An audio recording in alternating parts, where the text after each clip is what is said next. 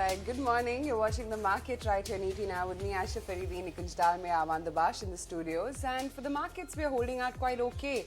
The fact that this morning also the SGX Nifty is indicating a stable start, and we've got now that 17,800 print inside going by the futures.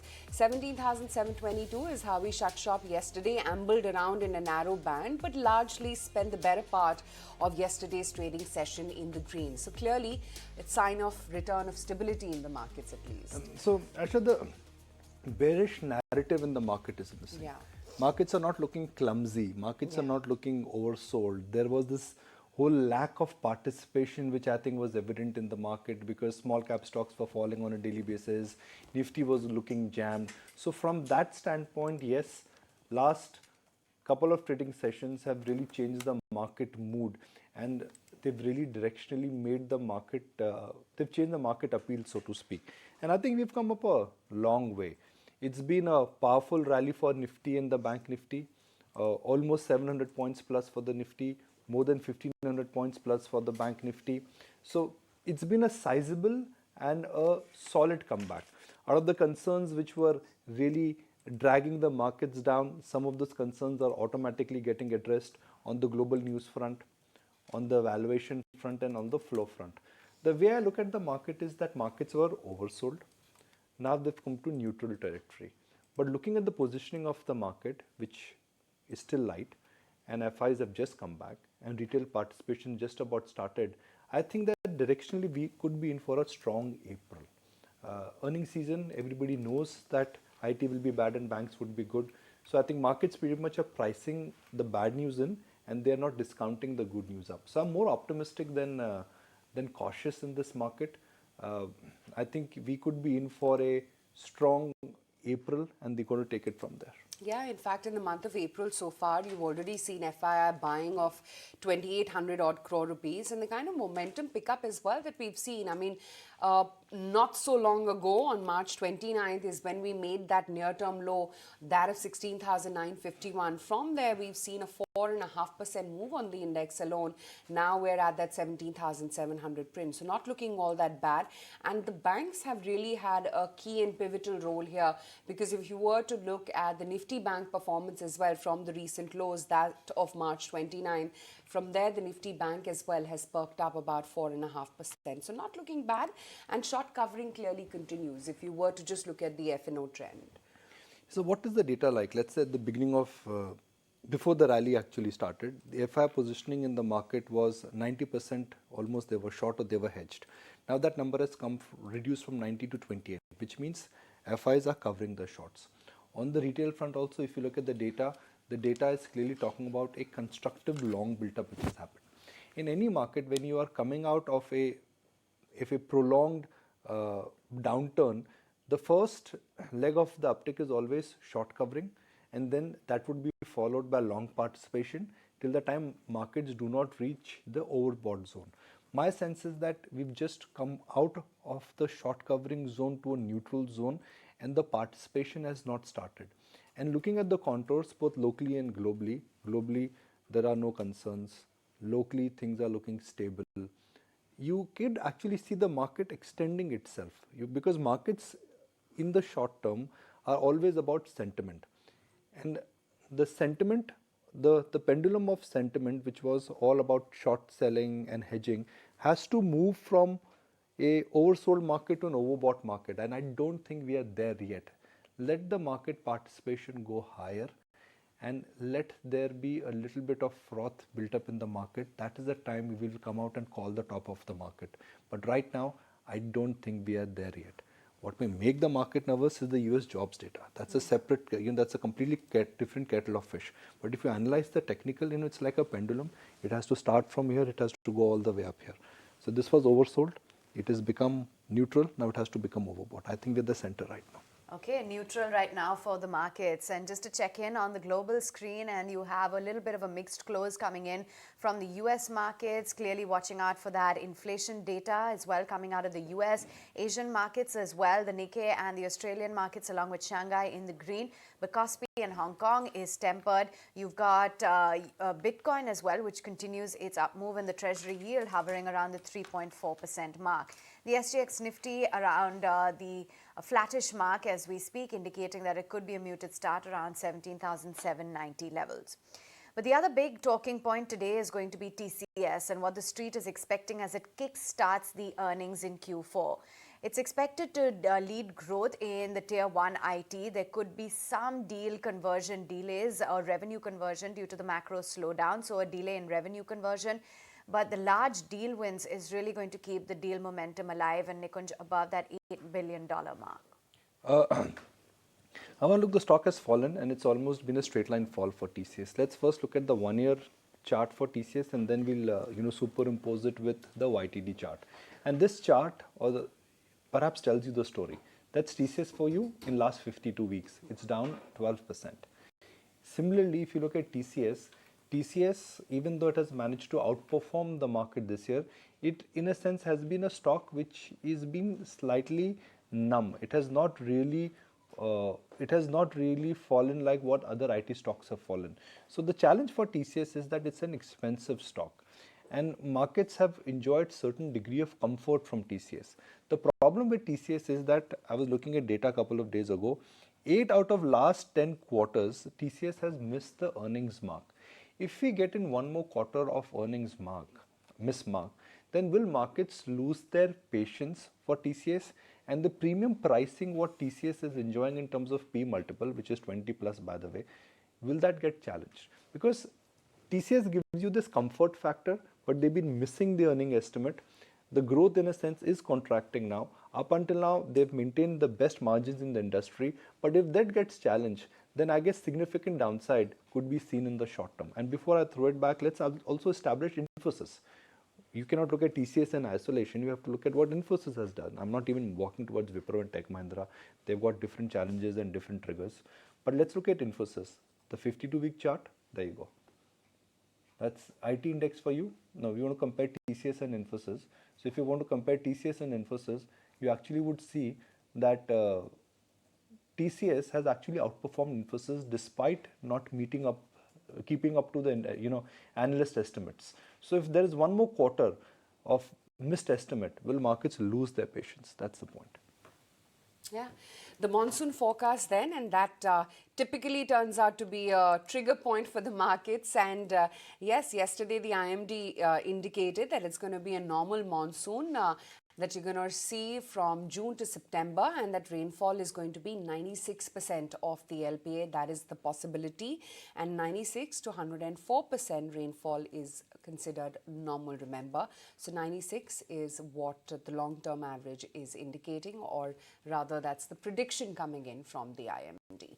And that definitely is going to be a key trigger for the markets. Fingers crossed, hope everything goes fine with the weather gods. I must admit that IMD's forecast has been quite accurate. Yeah, they've been traditionally yeah. You would imagine that okay, IMD versus a private weather forecaster company. The private weather forecaster company will have better technology to predict. But hats off in terms of what IMD has been predicting. Last couple of years, IMD's forecast has been quite close to what the actual reality has been. That's one. What is IMD saying? Well, the narrative is slightly different from what, let's say, SkyMet indicated, and what initially the concerns were in the month of Feb. That was the time that we were dealing with an extraordinary strong temperature increase in the month of Feb, and there was a universal acknowledgement that it could be a tough monsoon considering that there would be that El Nino current impact. So from what the perception and the assumptions were in the month of Feb versus now, there seems to be a departure, and there seems to be a scientific endorsement from IMD that things are actually going to be normal. So from a market standpoint, this is a mighty relief. From our standpoint also, it's important. Why? Because that means that the consumer and the rural Indian demand, which has been suppressed, in a sense will not get compressed further because of a poor monsoon. In fact, here's the word coming in from the IMD chief, Mrityunjay Mahapatra. He had a chat with my colleague Bhavya Dua, and here's what he's indicating about the rainfall and monsoon prediction. Heatwave conditions predictions are provided on monthly basis. The last forecast issued by IMD suggests that during April to June, the day temperature over north and central India is expected to be above normal. And if you consider April, it is expected to be above normal, especially over eastern part of the country, like Odisha, Chhattisgarh, East UP, Jharkhand, Bihar, and West Bengal. In the next 5 days, also we are expecting a rise in temperature over this eastern India, and some isolated places may experience the heat wave conditions. Okay. So we see the forecast says that there's going to be 96% rainfall in the coming year. So how is that going to be divided and distributed amongst different regions of the country and between July and September? Yes. So the rainfall during monsoon season shows large-scale variations, and the forecast issued today indicates that we can expect normal to above normal rainfall activity during monsoon season over South India, East Central India, and Northeast India, and also some areas of Northwest India. We can expect normal to below normal rainfall activity over West Central India and remaining parts of Northwest India.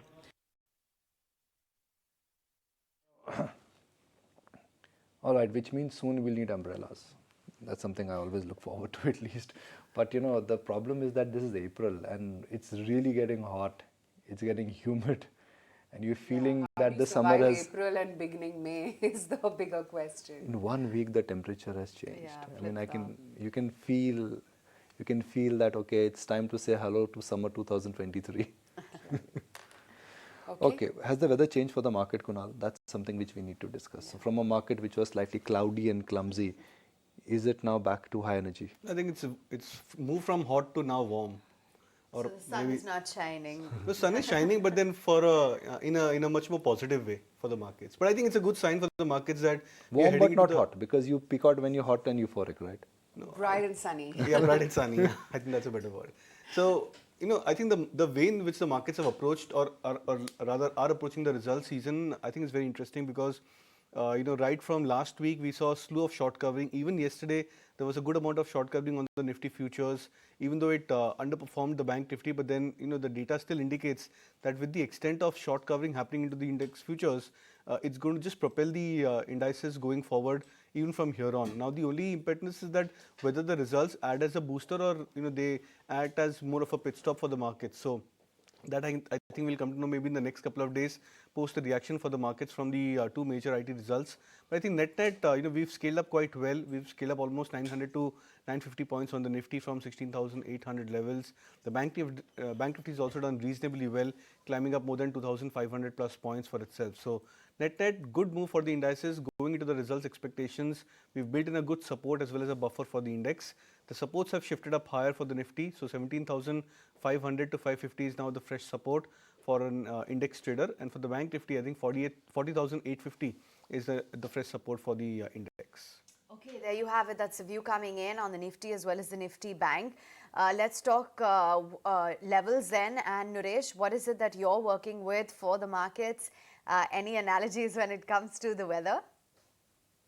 Not really. So the view is it's a trend which is starting up rather than just a recovery. So that is the main fact where we look at the recovery has been much sharper than a bounce. So if you look at the Bank Nifty, it has gone up from 39,000 odd levels to 41,500, almost very close to it now.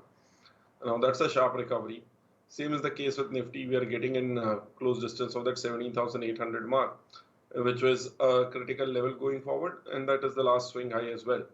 But if we look at the Nifty 50 equal weight, we've crossed that equivalent high of 17,800. So that tells you the heavyweights have not contributed as much as the broader market has also started doing better. So overall, we are seeing good recovery on the broader markets as well. So my view remains the same going forward. It will be a slow drift upwards or a slow move upwards on the Nifty, but with a lot of broader market participation. So time to be stock specific. Time to be stock specific. That's exactly what we'll do and find out what those trading strategies are this morning. Kunal, what makes it to your radar? So focusing on large cap names, auto stocks have started to pick up good pace for themselves. Bajaj Auto is something which I've been bullish on, would continue to be bullish on the stock even from here on, because now from the daily charts, the breakout is extrapolating itself towards the weekly and the monthly time frame, which should augur very well for the stock, not just over the near term, but possibly even the medium term as well. So would suggest a buy, targets of 4,300, stop loss at 4,080.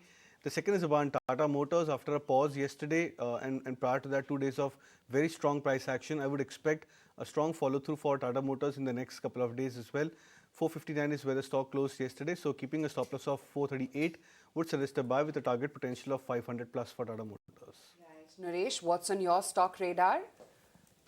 So, sticking with two Tata names, first is a buy on Tata Chemicals, which has given a breakout over the 1,000 mark, closed well yesterday as well. Could catch momentum in the short term, a stop loss at 980 and a target price of 1100. Second is a buy on Tata Motors. Now, Tata Motors gave a one-day big move and has taken a pause.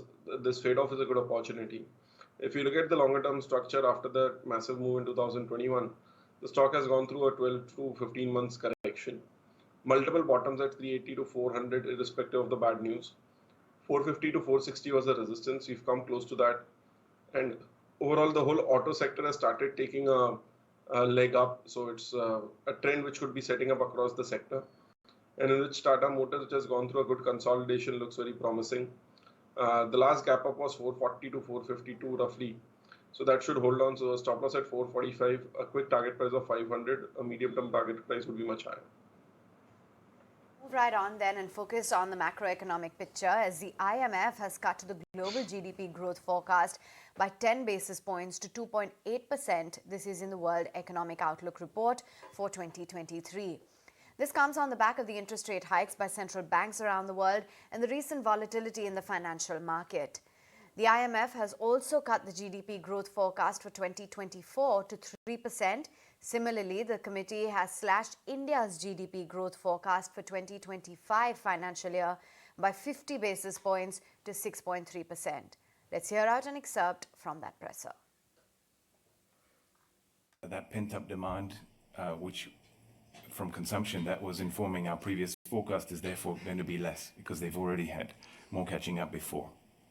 So that's why there's the downward revision this year. Then we go up to 6.3 next year. Again, a very strong economy, which is necessary to allow India to continue to converge towards higher living standards and create those jobs that are necessary.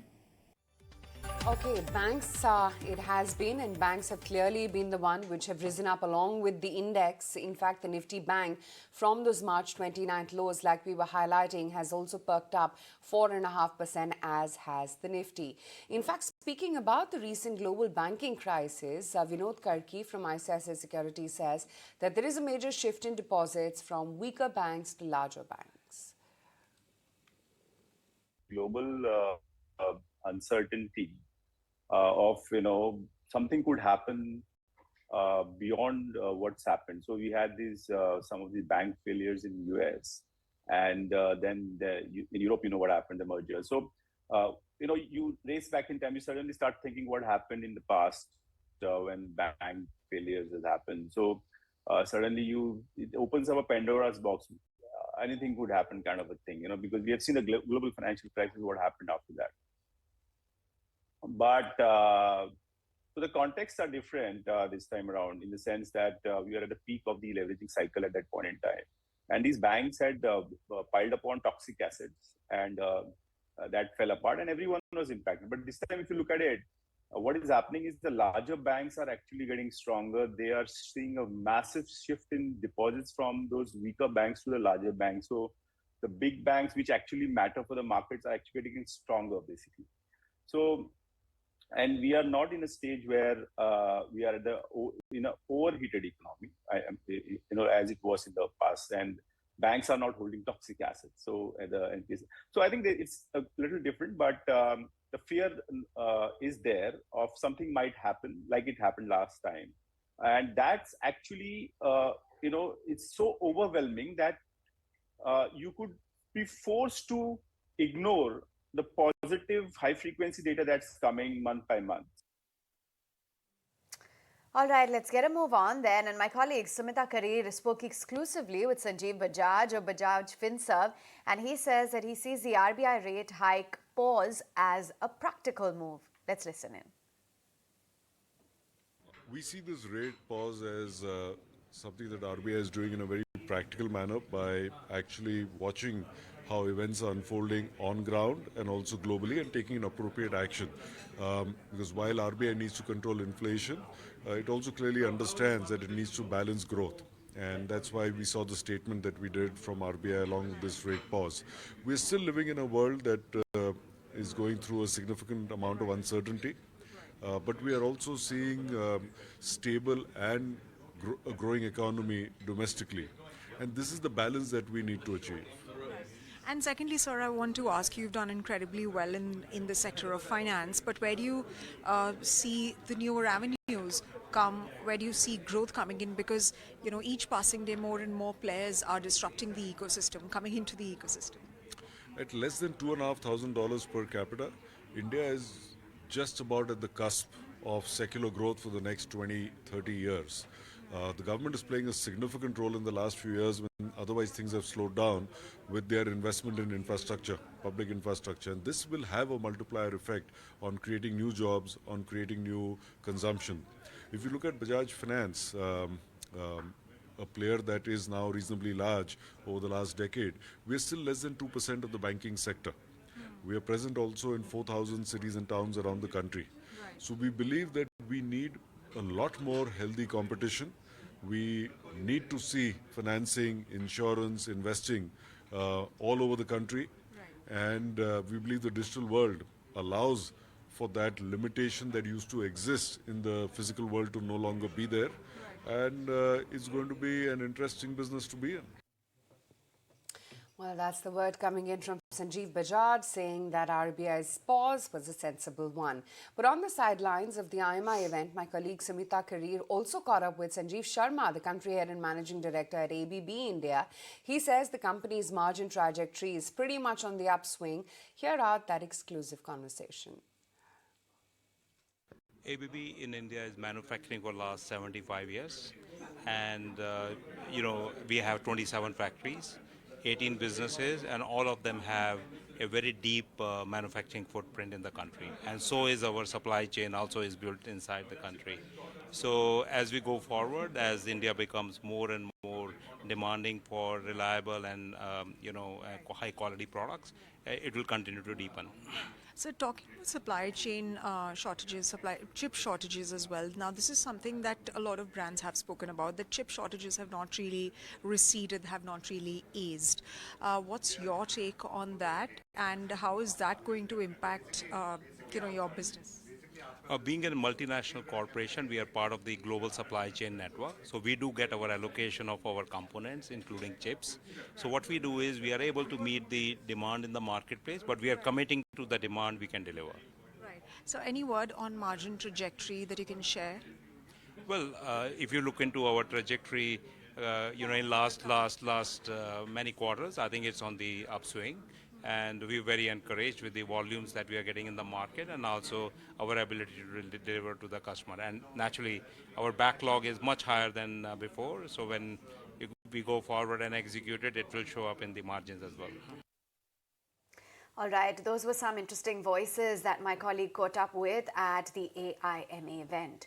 But moving on then, does the Axis Bank MD and CEO keep a track of the bank's stock performance? Well, we spoke to the man himself, Amitabh Chaudhary, and he remains very hopeful that the bank will get re-rated once the market is convinced about its growth being sustainable. Here's a snapshot of that conversation. Mr. Chaudhary, every time when we've spoken to the management and to the promoters of companies, they said, look, we don't look at the stock price. It is a function of market, and market is something which is based on sentiment, valuation, a lot of multiple factors, and we grant it to them. But for bankers, it's important to look at the stock price because that's how you raise capital. Do you look at your stock price every day? No, I don't. I've learned the hard way, there's no point in looking at the stock price. Yes, obviously when you're growing and you're growing at a pace where you're consuming capital, you do need to raise stock price. In the 3.5 years I've been here, we have raised capital twice, 22,500 crores. That's not a small sum of money. We have just acquired Citi, paid 11,600 crores for it. And if we continue to grow at a certain pace, at some stage in the future, sometime we might have to raise capital. Don't see the need now, but sometime we might have to raise capital. So yes, in that sense, the stock price is important. In that sense, you want to raise it at the right time, at the right price, so that the existing shareholders also benefit. And you also give an opportunity to the new shareholders to make money if you if you leave some room for the stock price to grow. But no, definitely don't watch it every day. The two fundamental changes which have happened for Axis Bank in the last 5 years is you've taken the insurance business big and you've got the credit card business. Axis Bank 5 years ago was just a commercial bank with a small securities business, but now it's a full service bank. Was this intentional or this is something which you needed for survival? No, it was intentional. I mean, the platform was already there. We had all these businesses, we had all the subsidiaries with the licenses. We were slightly late to the party as far as some of the, let's say, the businesses and the subsidiaries are concerned. And one of the elements of our GPS strategy was to scale up the subsidiaries. So when I came in, we were making about 300 crores of profit in the top, the four larger subsidiaries. It will, the number is, if you look at the run rate basis and analyze it, it's closer to 1,500 crores now. So in that sense, I think we've come a long way. We need to continue to scale some of those businesses. And yes, it does allow to bring almost every financial product to a customer, which is also being produced in-house by Axis Bank. So it does help. And one of the elements of our GPS strategy also was to talk about one Axis. So not only it's just about selling a product or a service to a customer, but bringing the entire group to a customer and not only getting a higher share of the wallet, but becoming more relevant to the customer because we can cater to all the needs of a customer. Okay, the SGX Nifty indicating a mildly positive start. Let's figure out what are the stocks and sectors that you need to keep on your radar. And ace investor Ashish Kacholia has actually picked up nearly 2% stake in pipes maker Venus Pipes, that is. So let me take it across to Ashish, get in more details. Well, yes, Venus Pipes is in focus today, and that is because Ashish Kacholia has bought about 4 lakh shares in a bulk deal that took place yesterday. He has invested 28.5 crore rupees. He bought 1.97% stake in the company at a price of 750 rupees per share. Ashish Kacholia has on 31st of December held stake in several companies, the likes of Safari Industries, NIIT, Philip Carbon or PCBL and Ami Organics. Let's also talk about Venus Pipes. This is a company which is into stainless steel pipe and tubes manufacturing. Current capacity stands at about 12 KTPA and it is on the cusp of aggressive expansion and aggressive capex plans. It is targeting 3.7 times capacity expansion to about 33.6 KTPA. Let's also talk about the other investors that have invested in this particular company. So Kotak Life holds about 4.4% stake in the company and Nippon Life holds about 4.2% stake in the company. So on account of this stake being purchased by Ashish Kacholia, this counter is in focus today. All right, thanks very much Ashesha for giving us those latest details. Let's shift focus then. IndusInd Bank is going to be in the spotlight today as the shareholding disclosure has come out. The FII holding for the bank has reduced and the FII investment headroom stands at 14.5%, where the minimum requirement to be included in the MSCI index is 15%. So what does this shareholding disclosure exactly reveal? Somit is here to break it down for us. Somit. Well, if you see, IndusInd Bank has come out with its shareholding pattern for the March 2023 quarter, and what it shows us that the FII holding in the bank has reduced to around 63.5% from an earlier holding of close to 65.9%, and this is including the promoter holding. Now, because of despite this fall in the FII shareholding in the company, if you see the FII headroom continues to remain below the 15% mark. As of March quarter, it stood at close to 14.9%. Now, why is this 15% mark important? Because if a stock needs to get included in the MSCI index, then the FII headroom has to be at least 15% for that stock. Now, given the fact that at the end of the March quarter, the FII headroom continues to remain below the 15% mark, we can completely or safely say that IndusInd Bank would not be getting included in the MSCI index in the May 2023 review. Now, apart from IndusInd Bank, there are a host of other stocks that continue to remain in focus on the back of the MSCI May 2023 review. Firstly, it's Kotak Mahindra Bank, which is expected to see an increase in weightage, which could lead to inflows of close to $700 million US. Then there is ACC, which might be excluded from the MSCI index if the stock continues to stay below over the 1,730 mark.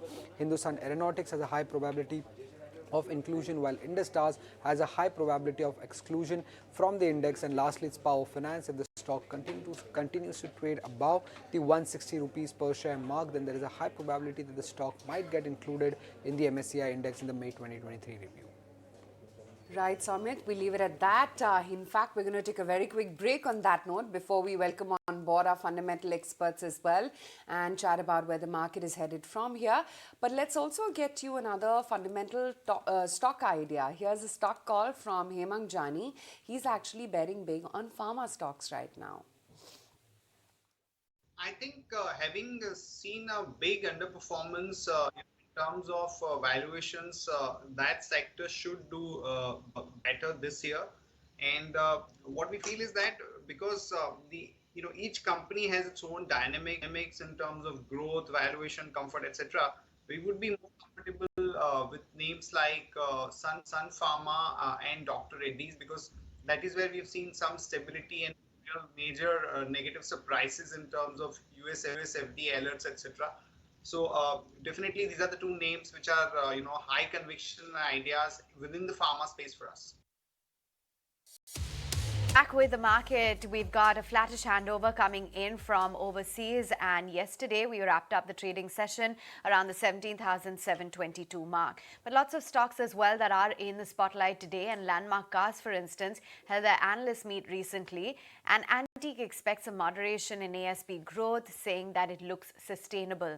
What are the other key takeaways from the analyst meet? Let's take it across to Vamakshi, who joins in with the details. Vamakshi?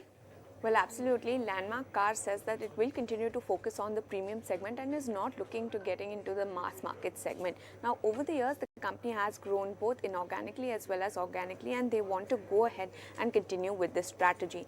Recently, they acquired a Mercedes competitor that is based in Mumbai, and in fact, they are also looking at some other opportunities by taking over the business of some local competitors. They're expecting some decent top-line growth to come in, driven by an increase in the average selling price of premium cars and the growth in service revenue as well. They're expecting, however, that there could be some moderation in the ASP going ahead, but nevertheless, they believe that 20% ASP growth is looking quite sustainable. Now, currently, nearly 75% of the cars that are sold are financed by them, and in fact, they're looking at the finance and insurance space as a good opportunity. They're quite optimistic on the used car business as well, and in fact, they're looking forward to integrate the same into its existing dealership network and not have a separate setup.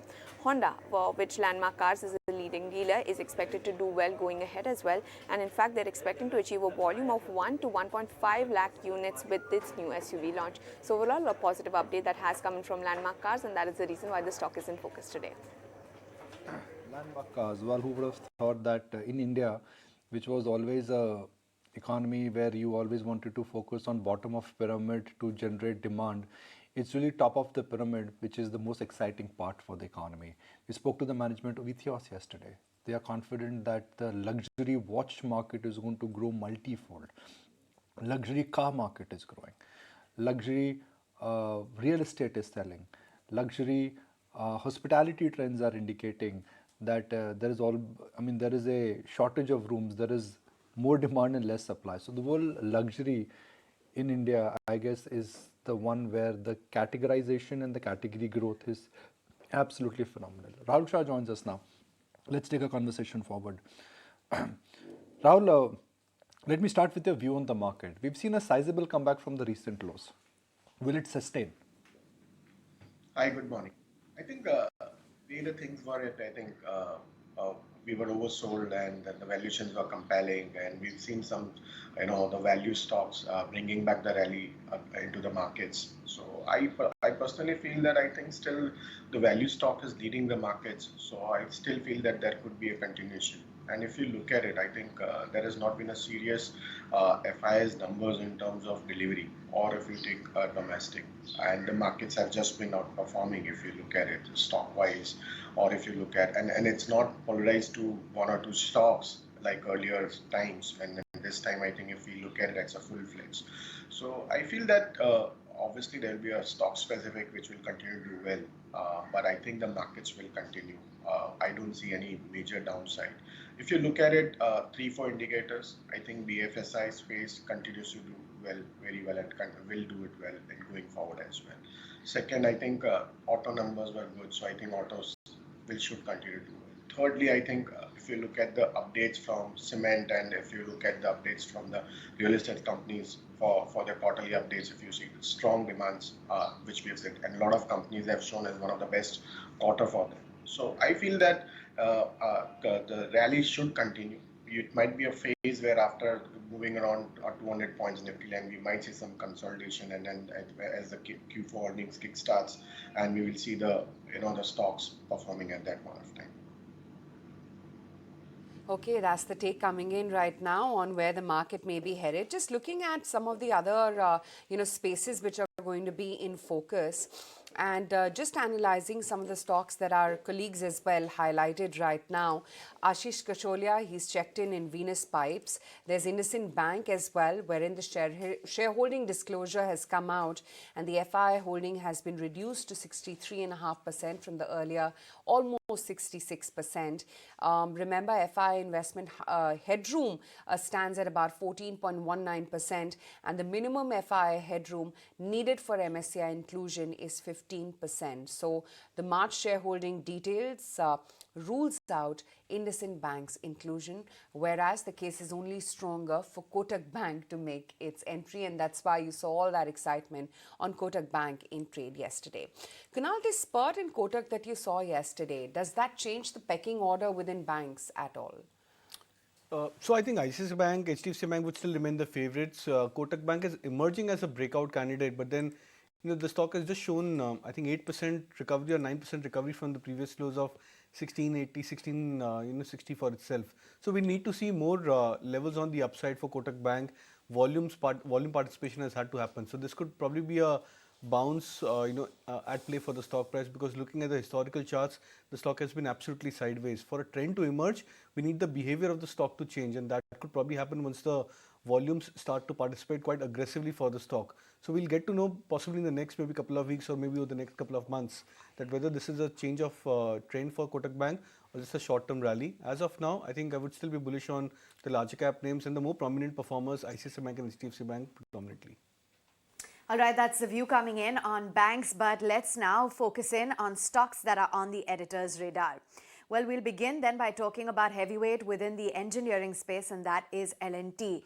Incidentally, it hit its 52-week high just yesterday, and there are a lot of triggers that really are working in favor of L&T. The strong order book, capex plans, but there do seem to be some risks that if there is a slowdown in order booking, that would be a potential help. That's a universal risk, exactly. that what happens to the business. But is the order book slowing down? The answer to that is actually no.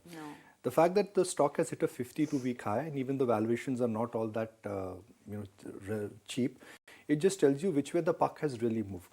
Imagine India's biggest engineering company hitting a 52-week high. That just tells you the focus and the owners of the market, how it is shifting towards capital goods stocks. L&T 3 years ago got re-rated largely because of the IT businesses which they had incubated. Now everybody's talking about the core business, the engineering business, the capital good business, the construction, the defense business, which is now 65% of the total order book. So I think markets are more excited about the core business rather than the IT businesses which they've actually incubated. For me, it also means that if L&T, which is the pivot stock which has hit a 52-week high, that means for next couple of months and couple of quarters, the entire industrial stroke engineering space is going to be in demand per se. And that's how typically it starts. You may actually see the pivot stock going higher, and then the smaller stocks, they start jumping in. And the shift also could happen more towards construction rather than engineering, because L&T also in a sense has got a huge advantage when it comes to the entire construction space. Yep, and all of these factors are aiding L&T, and week after week we continue to get announcements of order wins, 3.8 lakh crore in the total order book thereabouts. Okay, let's move away from that and focus in on the steel sector as well, because that's in the spotlight largely on the back of the latest JP Morgan report. They see no further price hikes in the domestic market, but have said that it's going to be fairly critical then to watch out for what happens when it comes to the Chinese prices and how we're looking at individual stocks that stand out like Tata Steel and JSPL. Okay, to put the equation very simple, steel prices or steel margins are a function of raw material prices. Within that, coke is an important element.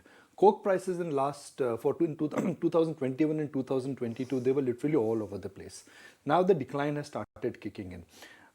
Both cement and steel would benefit, but the reason why one should focus on steel and metal more is because globally the entire sector seems to be enjoying some degree of pricing power. While cement companies are struggling to increase prices globally, because metal is a international denominated commodity, the uptick in copper last night, the demand which is coming from China will ensure that in the near term, the demand for steel remains strong and prices are firm. If prices are firm and demand is strong, if the raw material prices they go down, that gives you an operating leverage which will add to the bottom line. So I think this really could be a trigger at play, and mark my words, anything which has got to do with coking coal and coal now, I guess that space could be an interesting space for next couple of quarters. So from commodity producers to commodity consumer, the pendulum which we spoke about, it has swung again. Across the board, and that's the percentage of the total costs when it comes to coking coal as a component for steel and cement. So Aisha, we've flagged off these important sectors, but lots more to discuss. Lots more to discuss, and how can we not talk about IT, considering the major TCS is set to kick off the earnings season for the March quarter. Let me quickly take it across to Anisha and find out what the ET Now poll is penciling in.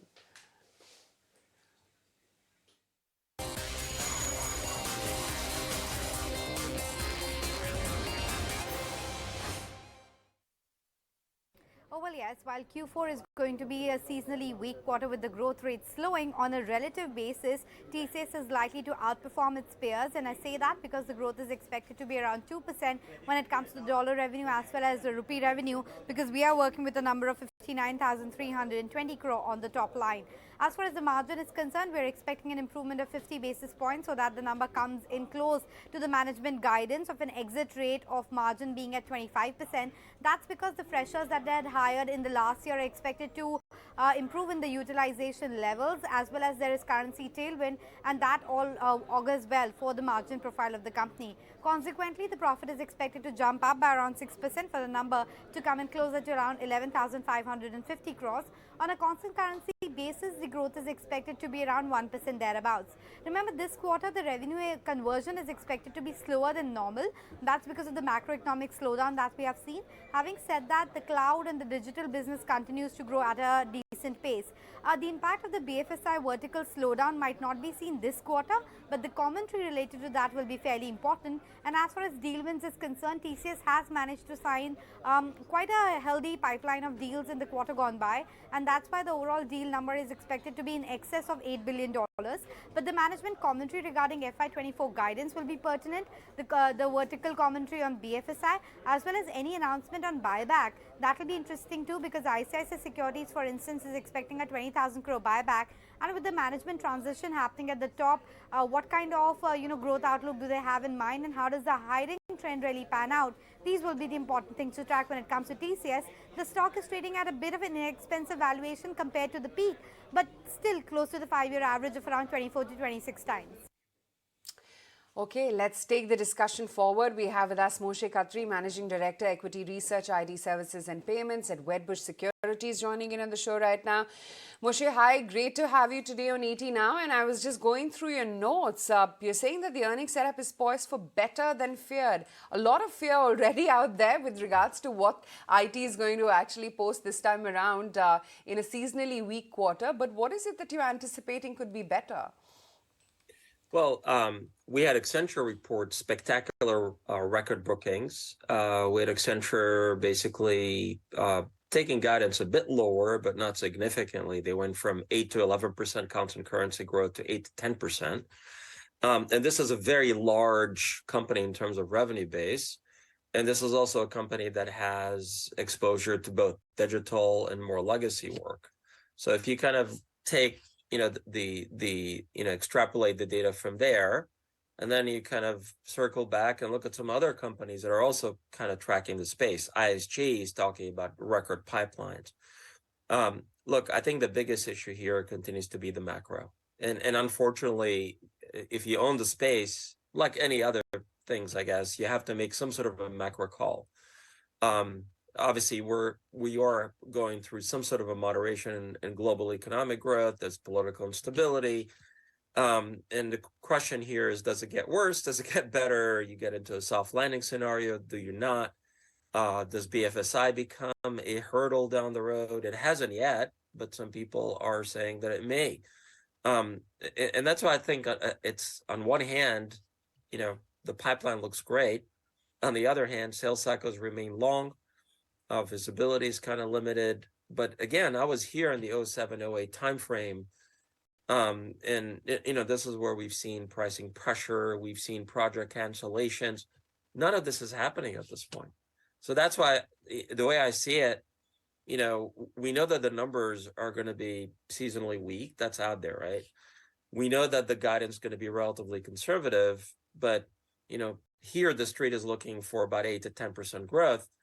If they kind of come within that range, I don't know, I think we'll be in decent shape. If they come out and guide for 3% growth, I think we are in trouble.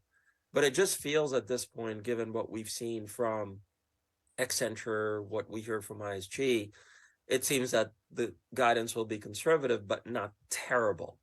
And that's why I said the setup is more for what we call better than feared numbers than anything else. Moshe, just wanted to understand from you as to what exactly you would be looking at when it comes to TCS in particular, because this time around the ET Now poll estimates that the revenues could be higher by about 1.8%. This is on a sequential basis, and we're expecting the company to really lead the revenue growth in Tier 1 IT, while the large deal win momentum is likely to remain intact. Are there any other critical factors that you'd be watching out for? Well, I think the most important thing is any sort of commentary on pipeline conversion. Pipeline conversion, sales cycles, pricing, that whole combination has its own dynamic if you think about that. These are very, very important data points that will tell us how the quarter is proceeding. In our preview, we kind of thought that, the year is going to be even more back and loaded for the space. So we thought that maybe things will start picking up in June during the June quarter, and maybe they're not. So this is, any commentary related to deal conversion, pipeline conversion, these are going to be really important for us to kind of formulate some sort of an opinion about how the June quarter is tracking. Because historically, June is one of the stronger quarters for the year for the space, and then obviously September. So you lose June, you'll get a ramp in September, and then you'll go back to that seasonality in December. So all in all, it's not going to be, this seems to be more of a transitional year than anything else for the space. Thanks so much, Moshe, for taking time out and joining in with your take on the entire IT space as well as on TCS in specific. Rahul, your thoughts as to what you're penciling in when it comes to heavyweight TCS?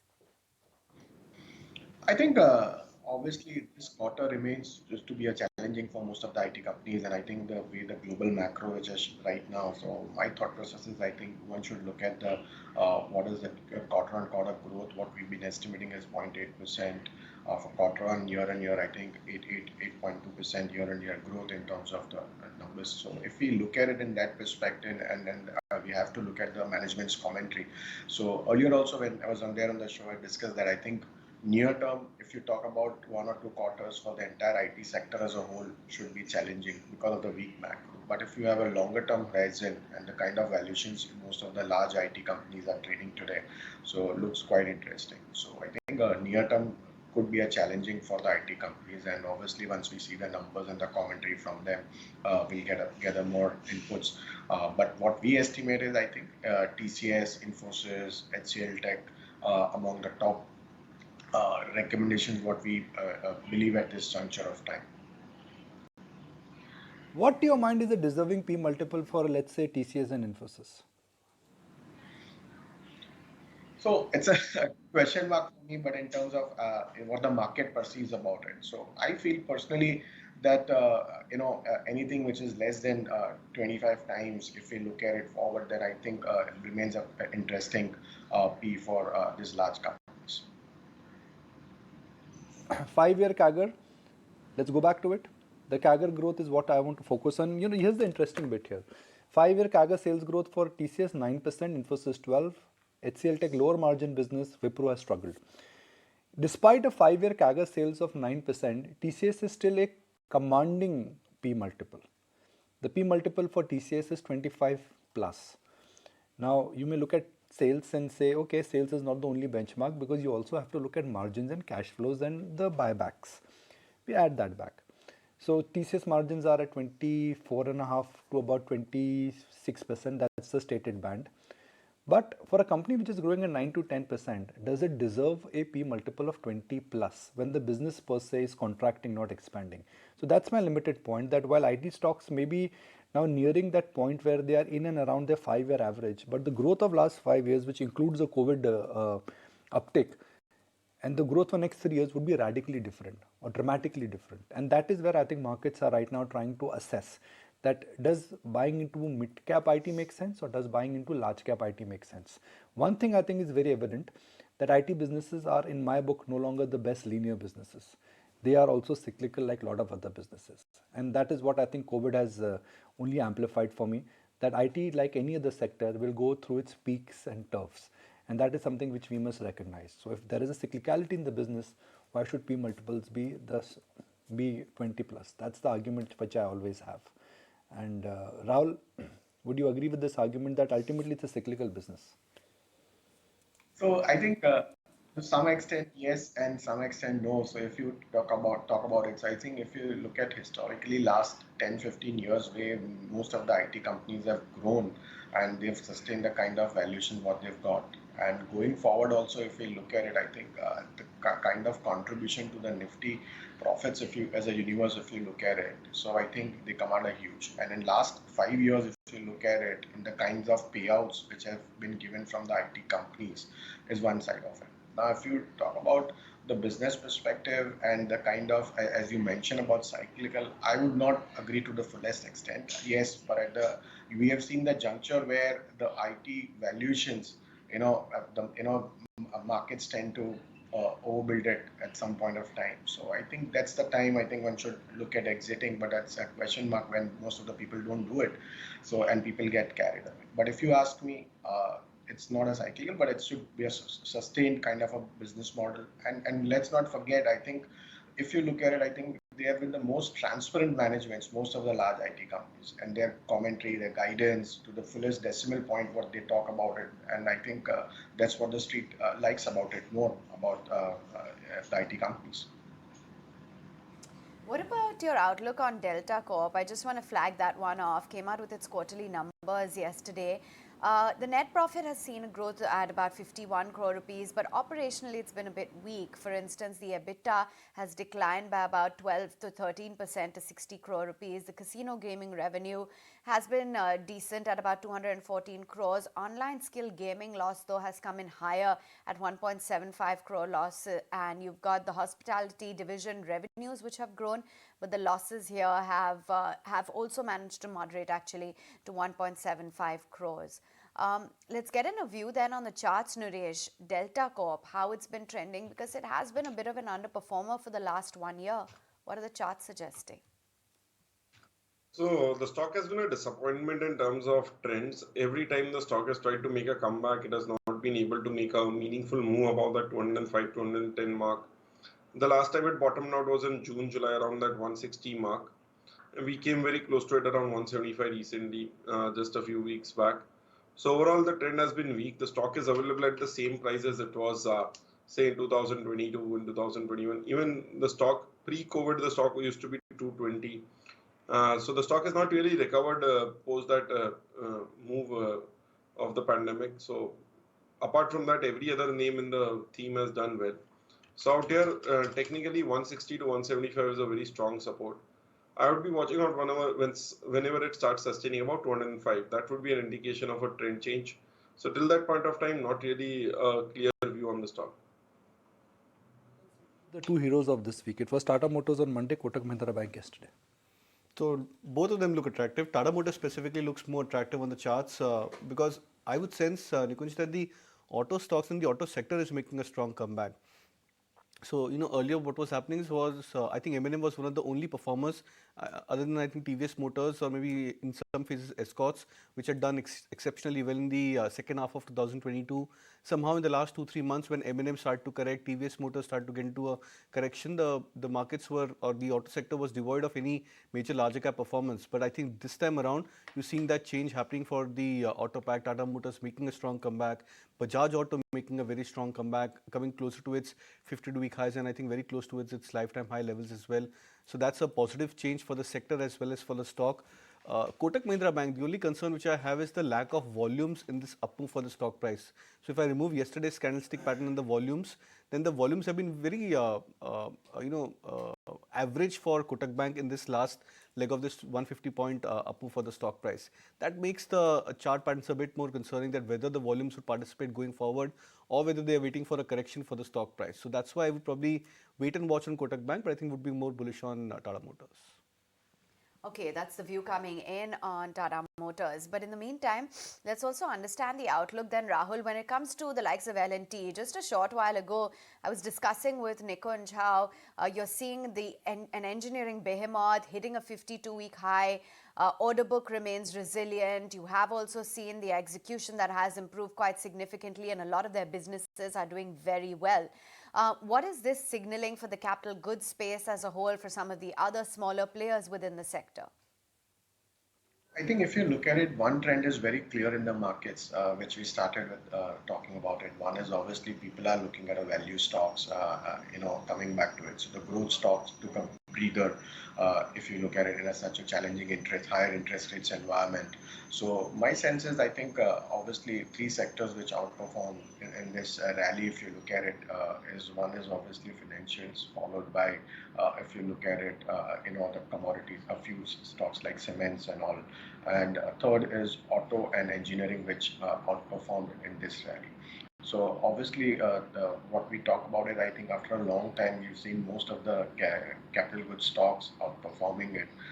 Obviously, primarily the reason being the inherent demand and the capex driven by a lot of companies. So I feel that this should continue to do well. After a long time, L&T has performed, and I think the way the order book is, and usually the Q4 remains good for most of the engineering companies. So my sense is, I think it should do well. Looking at it, I think it's a conglomerate, and I think Nikunj rightly pointed out earlier, we used to talk about the IT companies which we used to hold, and now we are talking about the entire all core businesses what the L&T is doing. So I think risk versus reward, and if we talk about the the competitors which are there on of the L&T right now, so I feel that it makes a lot of sense having L&T in the portfolio with the good valuations what we're getting at this juncture. I really see that there is a exciting price trend and volume trend in Zomato. Is it looking strong? I think Nooresh spoke about it yesterday. Yeah, I think so. Yeah. Do you track Zomato? So I do track, but frankly, Nikunj, even the stock in the last, I think, 2 months or 3 months of this expected up move for the stock price, it's been unable to break past above its 200 moving average. That's the first basic criteria which we look out for when we are looking out for big reversals into the stock price trends. And we are talking of reversals as well as time consolidation, which has gone for, I think, one and a half odd year for a stock like Zomato. So, maybe the stock is, I think, 7% or 10% away from those 200 DMAs as of now. The volumes have been just okay for the stock price. I would not say significantly high. Maybe if the stock breaks past about 200 DMA, we could see a complete change of texture in terms of volumes. But I think I'll probably wait out for that confirmation to happen rather than anticipation, because the only concern with anticipating is that maybe the stock may take another couple of weeks or maybe another month or so to break past about those long-term averages. And in that time frame, maybe the other larger cap names could tend to outperform. So it's better to wait on a confirmation rather than anticipation for a stock. Nooresh, you were convinced that Zomato has gone through time-wise and price-wise correction. I think the example which you used, that 1 साल से stock कहीं नहीं गया है. So if you look at Zomato, say the IPO price was around 70s, the stock went up to 160, corrected all the way down to sub 40 levels, which is a good enough correction for a market, say new age tech companies which have corrected across the world. Now, after making that bottom in May of last year, it consolidated around that 50 mark, then made a new low at 40 where a lot of change of hands happened, huge volumes happened. Recently in January, February also it made a low around 45 odd levels. Now over the last couple of months, the bottom is now at 50. The range upper band is 55 to 57. So we are preempting that breakout because once you've spent a year and a half doing this consolidation and the base has been hit at least 4 to 5 times over the last 1 year, the base should be ideally strong. If it's not, you'll get stopped out. But a stop loss at 50 gives you a risk of say 6 to 8%. But the upside could be the interim highs which were made in the last 1 year, which was around 70, 75 odd levels. So that gives you a 40% upside also for the stock going forward. So the risk rewards are very interesting. And we've seen this time and again whenever stocks consolidate in this way. You can preempt with a small risk and go ahead, have a view of the next few months. And it could surprise on the upside even with one quarterly results or any good announcement. So positive on Zomato, keeping a stop loss at 50 and playing this out as a risk reward bet. Rahul, thanks so much for taking time out and joining in, sharing with us your market outlook. A quick check-in on the pre-open rates this morning, and as we speak, it's at 17,782 on the Nifty. Let's find out what those mid-cap strategies are as well. And Kunal, what's looking good within the broader markets? So India Mart is the other stock which looks attractive. In fact, yesterday the stock managed to break past about the bullish flag pattern on the daily charts, as well as a confirmation of a break above the 5,000 levels. So would suggest a buy 54.50 as an immediate target, and stop loss could be kept at 4,980. Okay, watch out for India Mart. That's Kunal's top bet. What about you, Nooresh? Top mid-cap idea? So that would be a buy on Balrampur Chuni. Not really. So it is a buy on Balrampur Chini. Now the stock is, the reason is couple, we've seen a breakout in the sugar spot prices, and we've seen another breakout move yesterday. So the trend seems to be positive for the commodity. Then if you look at Balrampur Chini, it went through that cyclical move wherein it corrected a good 30-40% from the top, from 530 levels to 310. Strong base made in the last few months, couple of months, the base was shifted to 360. The last 1 year highs are around 415. We've seen that being tested for the last 4 sessions, and we are holding around that price points only. So that indicates that it is setting up for a breakout move. I would expect it to go quickly to 460, but eventually towards 520, 530 mark as well. Keep a stop loss at 400, a target price of 460 in the short term and 530 in the medium term. All right, there you have it. Those are some of the top recommendations from the mid-cap side. Moving right on, let's get to the khabar on D Street. And Bothra Securities as well as Morgan Stanley have come out with their India strategy on Q4 earnings preview. So which are the companies that could potentially report a strong set of Q4 numbers? Pankaj has those brokerage notes ready. Pankaj, morning. Well, thanks for that. If you just look at BofA and Morgan Stanley, we yesterday had some other brokerages and the stocks that they are pointing out going into Q4. Let's start with BofA. They are saying they expect an overall PAT growth for Nifty at about 15%. This is ex the financial space. Financials are likely to see loan growth momentum continue, and they expect seasonality to continue in terms of loan growth and NIMs. Margin expansion is one of the key things that they are eyeing out for, especially in consumer durables, consumer space. So that is something which they are looking forward to. In terms of strong numbers, what they are pointing out is a few things, that a few companies may actually declare quite strong numbers, and the likes of Tata Motors, and some of others is something which they are essentially advising their clients to buy, some other banking names within that as well. So that's the key thing coming in for BofA India strategy. Next is, of course, Rhythm Desai, but he's written largely about what can be expected as far as earnings are concerned. So they believe that India is in an upcycle. This upcycle, according to them, should continue.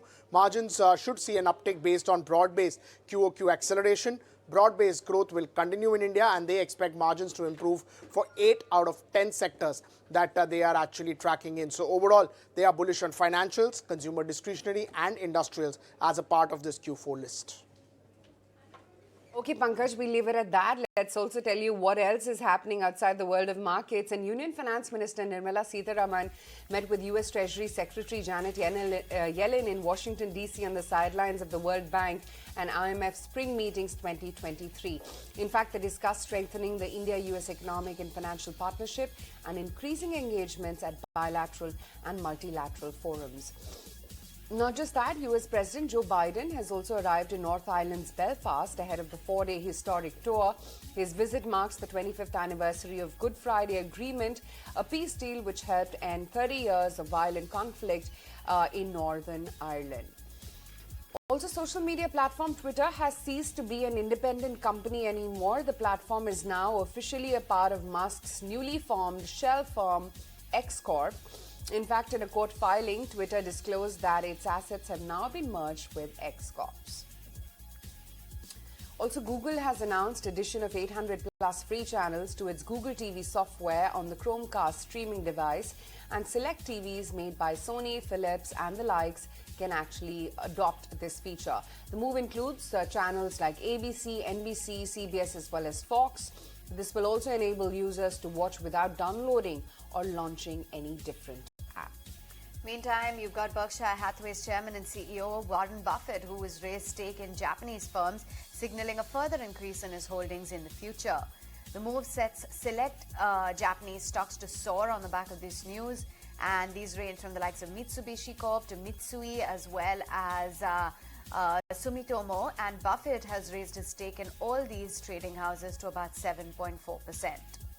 Meantime, a pair of autographed sneakers that the Chicago Bulls star Michael Jordan wore in Game 2 of the 1998 NBA Finals in his last dance season was sold for a record $2.23 million on the auction block at Sotheby's in New York, becoming the most expensive shoes that have ever been sold.